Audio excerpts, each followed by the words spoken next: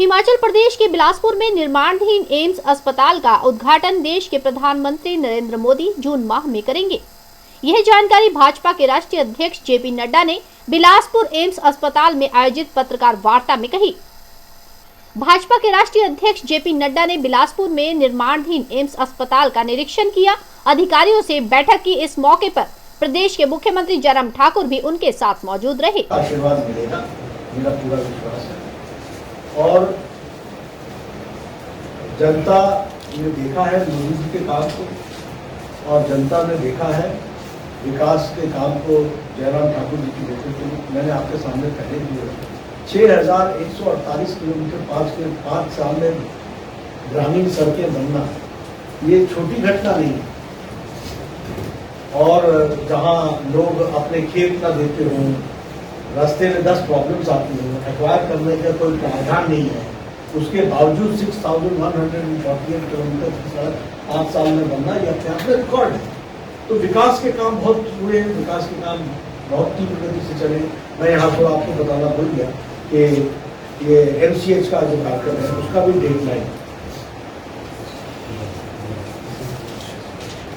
MCH 10 crore की लागत से बन रहा है। 50 बेड कैपेसिटी का ये बनेगा, बन रहा है बिलासपुर हॉस्पिटल में।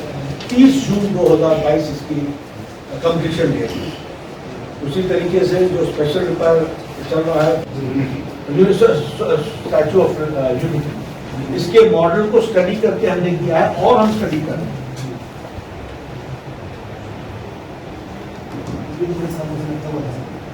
देखिए ना, सोच का अंतर है कि हम बोलते रहे हम विस्थापित हैं, उसके लिए ऑल्टरनेटिव्स क्या आएगा।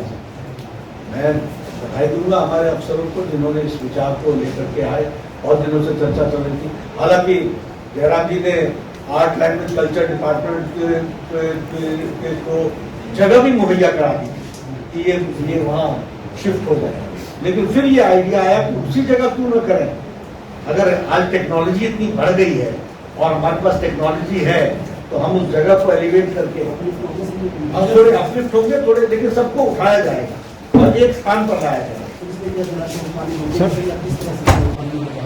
यहाँ हिमाचल में एक और एडिशन बात हो गई कि सारी आम आदमी पार्टी बीजेपी में आ गई।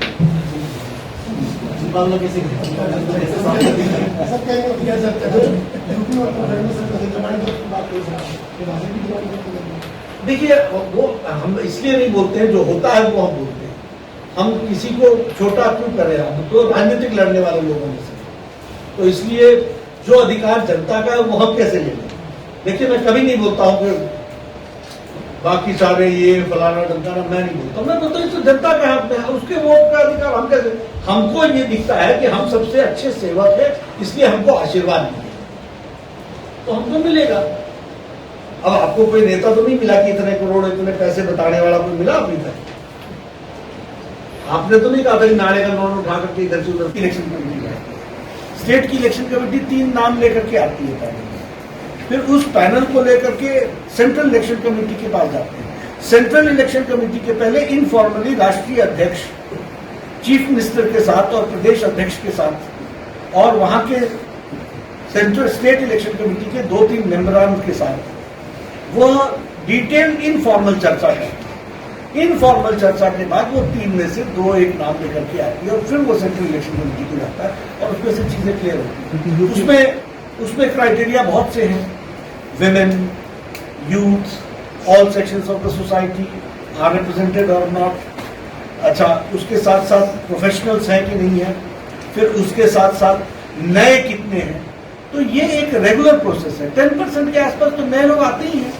हमारी पार्टी वैसे थोड़ी ना है कि कांग्रेस पार्टी की तरह की जब तक उधर नहीं गए तब तक कैंडिडेट ही बने रहे।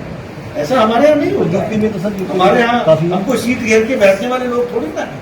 हम लोग खुद भी काम करो, आगे दूसरे को भी काम दो, पासिंग द बैटन, ये तो हमारा। एन स्टार न्यूज के लिए बिलासपुर से सुरेंद्र जम्वाल की रिपोर्ट।